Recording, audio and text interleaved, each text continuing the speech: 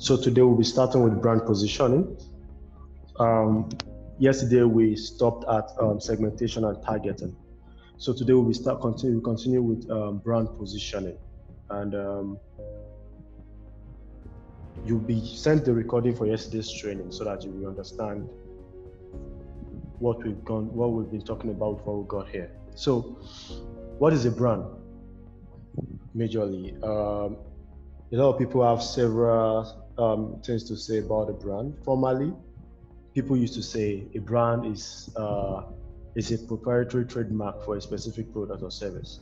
People used to say it's a trademark. If you have some lawyers, I think that changes their perspective right now. But formerly, lawyers, businessmen, they would say a brand is a trademark. It's a trademark for a product or a service. So later on, people start saying it's a contract from a company to its customers, a promise of specific benefits, quality and value. That's a relationship. So people start saying a brand is a relationship between customers and a business. So, but really, what's a brand? So now that we are in a connected society, like I said yesterday, during the training yesterday, we are now in a connected society. Customers talk to customers. So a brand is no more just a relationship between customers and businesses. A brand is now what customers tell each other about the brand. You understand? That is what a brand is right now. A brand is what customers tell themselves about a brand. A brand is no longer what we tell the customers. It is what customers tell each other it is. That's from Scott D, founder of Procter & Gamble. So another person from Procter & Gamble said a brand is not about telling and selling. It's about bringing a relationship mindset to everything we do. So now, finally, what I want you to see, what I want you to pick from here is a brand is whatever the customer think it is, because the customer is the person that will tell another customer what your brand is.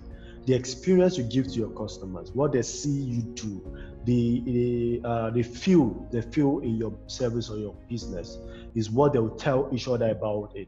Now, that is the message you are sending out. A brand is the message that your business is sending out to other people, to your customers, to your competitors. A brand is the message you're sending out. So a brand is whatever the customer thinks it is, whatever sits in the customer's head, regardless of what you think the brand is in your company. Regardless of what you are thinking it is what you do that matters. So the brand is what sits in the customer's head at the end of the day. That is the brand.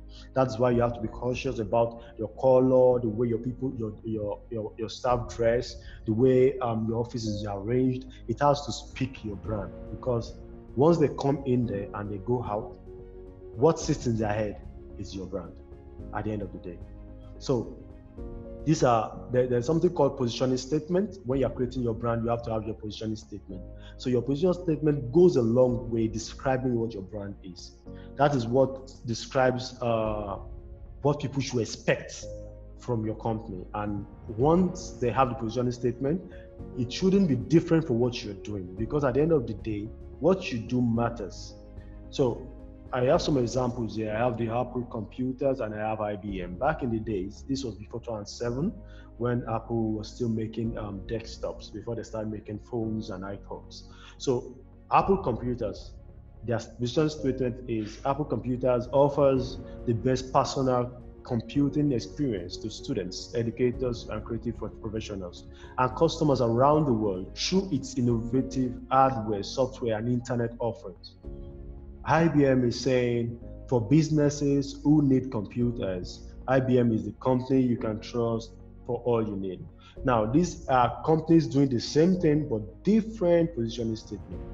Now, Apple positioning statement is, we're going to be taking as a case study. Now, I'm going to be splitting this positioning statement into 3 parts for you to understand what a positioning statement is and how you can create a positioning statement for your company, which is very, very important when you're building your brand.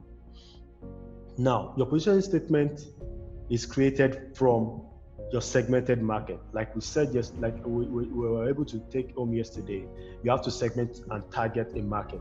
You You have to segment your business market into different segments. Look for the attractiveness, the one that is most attractive to your company, that you can easily penetrate, that you can easily have competitive power over, and you are able to target that market, and you know your company can deliver total results to that market.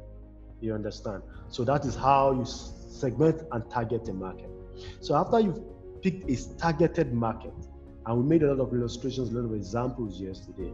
When you've picked a targeted market, that is from that market you'll be able to craft out a positioning statement.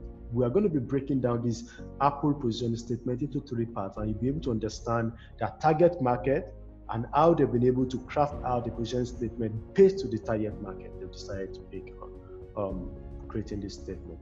So now, positioning statements frameworks.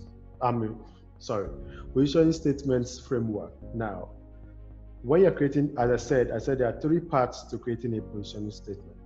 We have the target segment, we have the point of difference, we have the frame of reference. Now, the target segment is who is going to buy your product. Point of difference is why should they buy your product. Frame of reference is what do we do here. You understand? Now, target segment, let me come again. Target segment is who am I selling my product to? Who is going to buy my product? 2, point of difference is why should they buy my product? That is the point of difference. As I was taking segmentation and targeting yesterday, that is the point of differential point. Differential segmentation, when you're segmenting your market, this differential segmentation. So that's point of difference. Why should they buy my product? What am I doing different from my competitors? Why should someone pick me over my competitors? That's the point of difference. The frame of reference, what do we do? This frame of reference, in a nutshell, in a bracket, is like what points you to what other people do. Like IBM and Apple, they do computers. Building computers is a frame of reference for both of them, right? So the same competitors, the same frame of reference, but they have different point of difference and they have different target segments. So moving forward, now this Apple computers positioning statement. We're going to be breaking it into these 3 segments. Now we have Apple computers offers the best personal computing experience to students, educators, creative professionals, and consumers around the world through its innovative hardware, software, and internet offerings, right? Now, who is the target segment here? The target segment here is students, educators, creative professionals, and consumers, right? The target segment here is students and creative professionals. That's their target segment. Even though their business is still going to grow into something that everybody's buying, even grandmas now, people that are not working, people that are not creative, use Apple right now, right? But still, was their target segment. You know, I was talking about something yesterday. I said, out of the 3 bundles, the dimensions of marketing, you have to pick one that you'll be best at, of strategic marketing. You have to pick one that you'll be best at and you'll be good enough on the other 2. Now, their target segment is students and creative professionals. That has been what they are using against their competitors.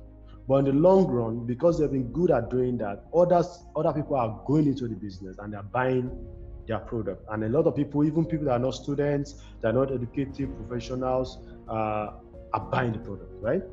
That is their target segment: students, educators, creative professionals. What is the point of difference? Now, as I said, target segment is who will buy. Point of difference is why should we buy? Now, point of difference now is through its innovative hardware. The point of difference is innovative hardware. Now, every January 9th, Apple comes on board with new innovations every year. Do you know why they do that? Because they have to do that. That is the brand they're selling out there. They're telling us that they are very innovative. So Apple can't go on and sit down and say they won't create something innovative this year, because if they do that, people are going to move away. People are going to point it out that you guys said you're going to be innovative, but why are we not saying innovation this year? If you notice, there are some series of phones they've released lately that look like the previous edition, and it's looking similar, like there is no much innovation in between them. But they keep pointing out by writing reviews that there are several innovations in between them, because they have to make people know that there are innovations. Because the moment they stop being innovative, that's the moment they stop being their brand. So their point of difference is innovative hardware. Now, what is their frame of reference here? They offer that Apple Computers offers the best personal computing. Now, personal computing is their frame of reference, right? Does IBM offer personal computing? Yes. Right? Does Dell offer personal computing? Yes. Does HP offer personal computing? Yes. Does Lenovo offer personal computing? Yes. Every other competitor in the computer production market, do they offer personal computing? Definitely, they all offer personal computing. That is their frame of reference. They share your frame of reference is shared with your competitors. You understand? But your target segment, you have to be strategic about it. That's what we're talking about when we're talking about segmentation and targeting. You have to look for a segment in your market to target, because you can't say yes to everybody. You have to pick some people you are saying no to. You have to pick some people you are saying yes to. If you want to say yes to everybody, you're going to be lukewarm tea. And nobody wants a lukewarm tea. It's either you want a hot tea or a cold tea, right? So you have to pick a target market. Point of difference. You have to pick a point of difference. That is how you deliver value to the market you decided to pick. And that is why people in that market will pick to buy from you. So you have to pick a point of difference, right? That is well and something that your company, your brand can deliver and won't fail at it. So your frame of reference is shared with your competitors. So moving forward now, positioning. Positioning statement defines the value proposition of product to the target market. Target market, as I said earlier, for whom? Point of difference, reason to buy. Point of priority is also frame of reference. That is what we do here, right?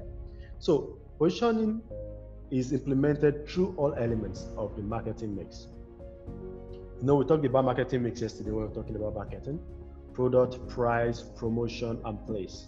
Now, for the sake of people that were not present yesterday, product is what your company is bringing in. That's what the seller is bringing into the marketing mix. Price is what the buyer is bringing in on board to pay with. Now, price can be service, it can be money, it can be anything. And as I explained an analogy yesterday with non-profit organizations who also uses marketing mix to deliver their services. So we have promotion. Promotion is how you deliver the what's it called now? The value of your product. How you communicate the value of your product to your customers. Why should they buy your product? That is your promotion. It can be advertisement. It can be one-on-one marketing.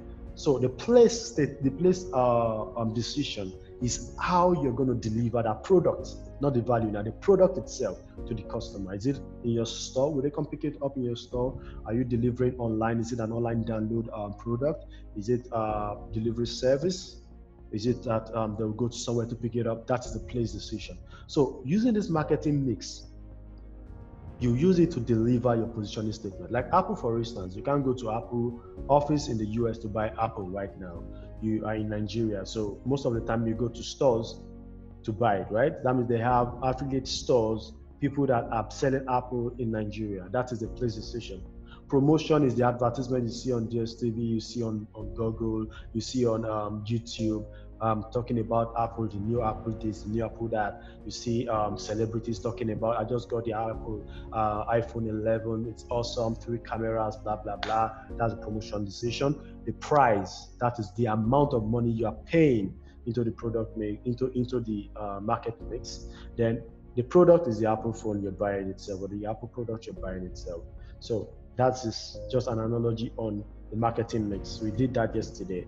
So moving on, should focus on few key benefits, unique selling proposition.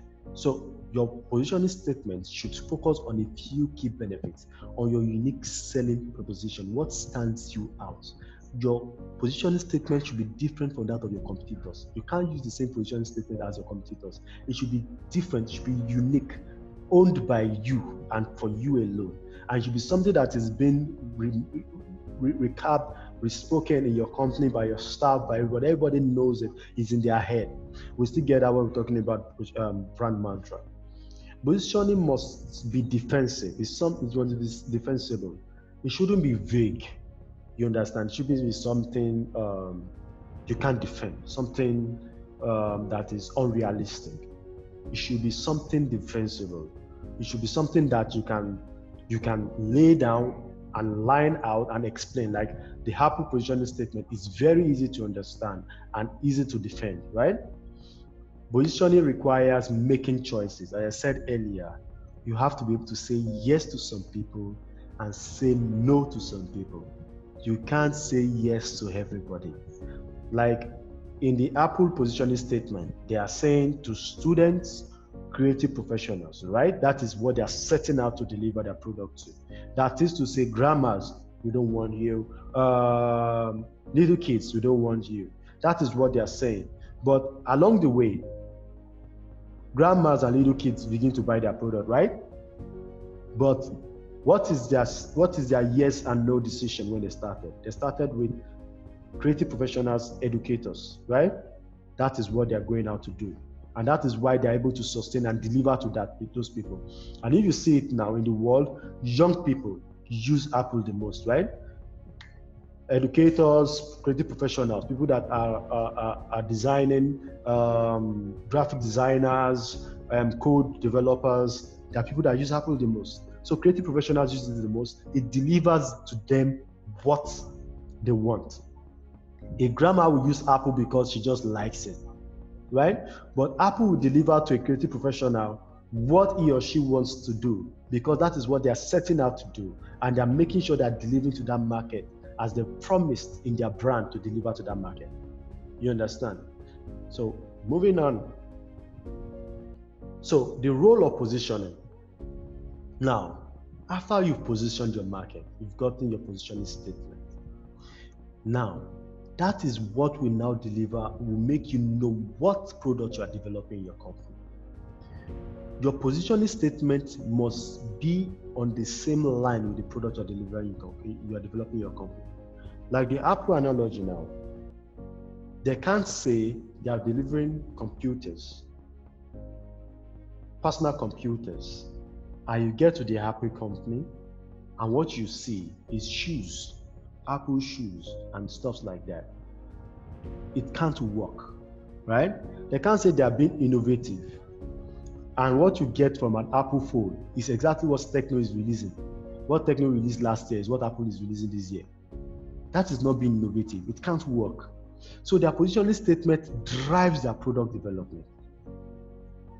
And that is, and from their positioning statement, they are able to pick it out from their strategic technological vision. That is what I'm talking about, segmentation and targeting. Their strategic and technological vision is what backs their positioning statement, because they're able to pick their positioning, their market position, and pick a segmented market they want to deliver to, and know, okay, this is the product this is the market we can deliver to. We have the competitive advantage, we have everything we can use to deliver to this market. So that is what backs their positioning statement, and at the same time, that and their positioning statement develops their product, because they're able to know this market, this is what this market needs. 2020, the kind of phone that the market needs in 2020 is going to be different from the kind of phone the market needs in 2021. We have COVID-19 right now. A lot of things are going on. A lot of stuff are changing. So definitely production, innovation has to change. So Apple shouldn't come up with the same innovation this year, next year, because they've promised the world that they are innovative. They have to come up with something new, something different. You understand? Like right now, we're entering a pathogen era where we're going to be having a lot of pathogens. Bill Gates just announced that is donating billions and billions of dollars into creating antiviruses and stuff like that, countering pathogens. Because right now, with COVID-19 out there, is a high opener to a lot of people who are doing good and people who are doing bad. Some terrorists right now will be working on creating new viruses to counter, to attack people instead of creating bombs right now. So now people who are doing good also will be creating things to cure any kind of pathogen or to remove any kind of pathogen that will be coming up in the coming future, in the nearest future. You understand? So innovations, phones to stuff like that. Now we'll be having stuff like Amber Alerts, innovative stuff like Amber Alerts, where you can put your kids, your husband on a list, and if anything's happening to them or they're on the news in any way, maybe they appear on Punch or any way, you get an alert on your phone, pam, pam, pam, pam, pam, pam, and your phone blazing really loud that your kid, your husband, or whatever person you've listed on the Amber Alert is currently on the news or currently in a situation. You understand that? So stuff like that, these are just apps right now, but very soon they will have to come in with phones. That is that's another innovative way that things will be changing from now going forward.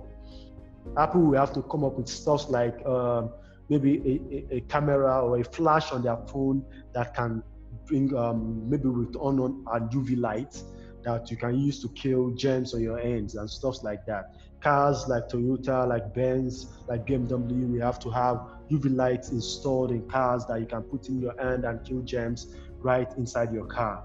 Innovative stuff we have to be coming up different from the way we've been seeing things before. So a lot of stuff will be coming up. Drone technology will come up. So things are going to be changing from now going forward. And companies that have promised the world that they're going to be innovative, they have to sit down now and think and strategize on how they can be innovative to be relevant in the nearest future, because things are going to change. A new cohort is being parted, as I explained yesterday, doing segmentation and targeting, where we're talking about cohort analysis. So new stuff are going to be coming up, stuff are going to be changing, and these guys, they've promised the world in their brand statement that they're innovative, and they will have to deliver on that word. So moving forward now, we have let's focus on frame of reference and point of priority. So frame of reference, as I said earlier, that is what you share with your competitors, right? That's what you share with your competitor. That is what your brand is doing. So number one is association that are not unique to the brand. These associations are not unique to the brand. It's something that is shared generally. They are shared with other brands, right? Two, point of priority, association consumers view as necessary to be considered credible. Now, what this means is this. Let's say my point of priority in my company is that we are a grocery store, and we have some other unique stuff we do. We do delivery and stuff like that. But majorly, we are a grocery store. We are grocery stores to career people who don't have time to go shop. We deliver to them on their doorstep. So we are an online grocery store. That is the business we do. That is our frame of reference, grocery store. Now, when you go to our website, you can't find biscuits. You can't find bathing soap. You can't find milk. You can't find beverages. Then what are we doing? How does that relate with our frame of reference? You understand? Grocery stores, there are several grocery stores out there, but there's something consistent with every grocery store. So you can't say you're a grocery store and you don't have biscuits, you don't have milk, you don't have something that the normal grocery store should have. You can't say you're a fashion house, a fashion outlet, and you have no clothes. You have no shoes. Let's say you're a shoe designer, and I go to your website and I can't find shoes. What I see is belt and tie. Your frame of reference is lacking. So it has to associate to customers. Customers have to be able to view it, consider it credibly.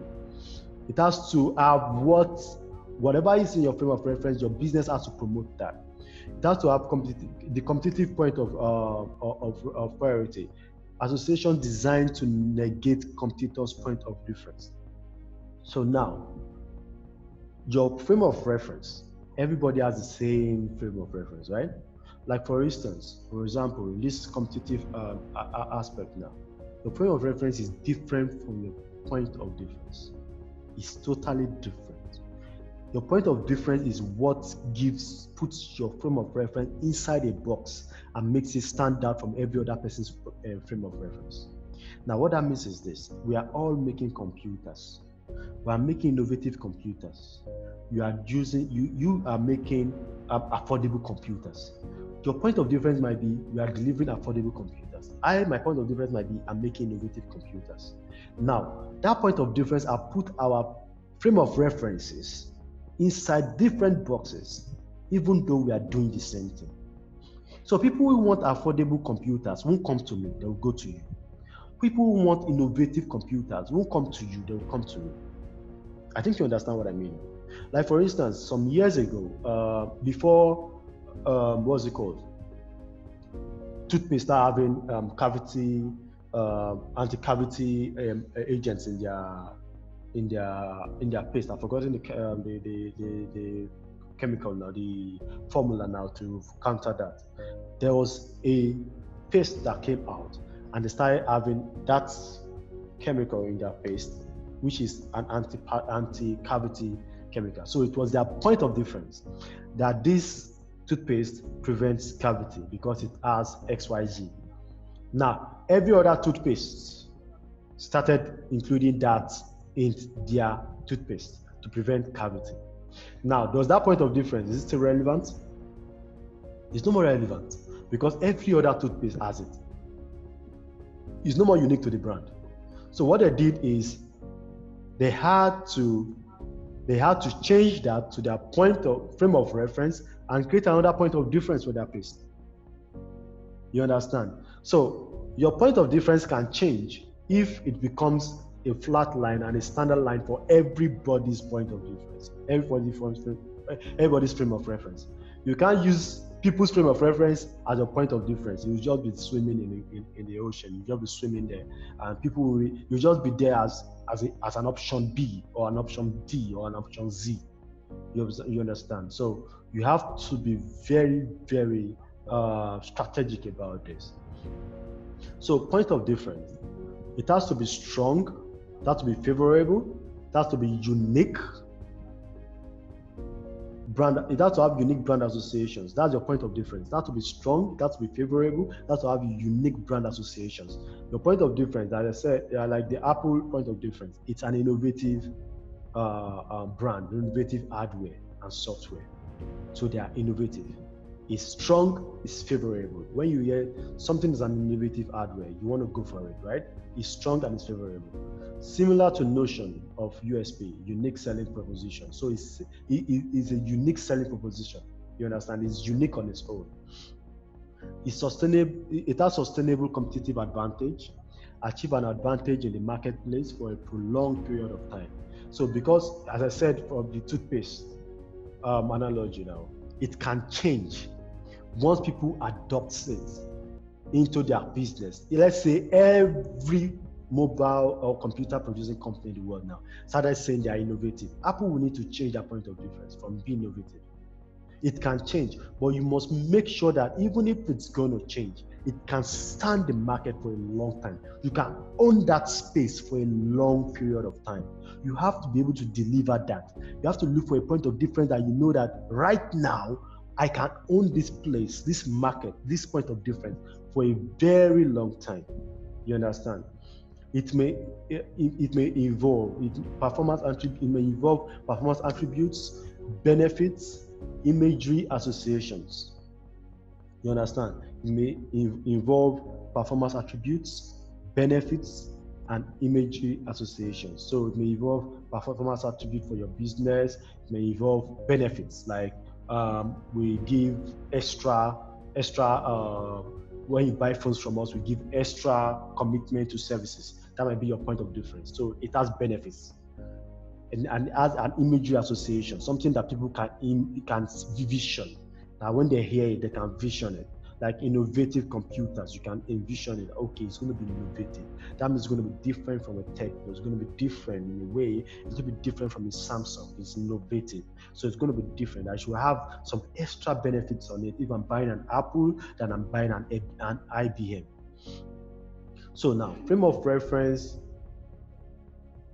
point of priority criteria. So number one, they are desirable to the customers. Is it relevant? Is it distinctive? Distinctive, as I said earlier, is it relevant? Is it distinctive? Is it different? Is it something that they can relate to? Is it relevant to the market?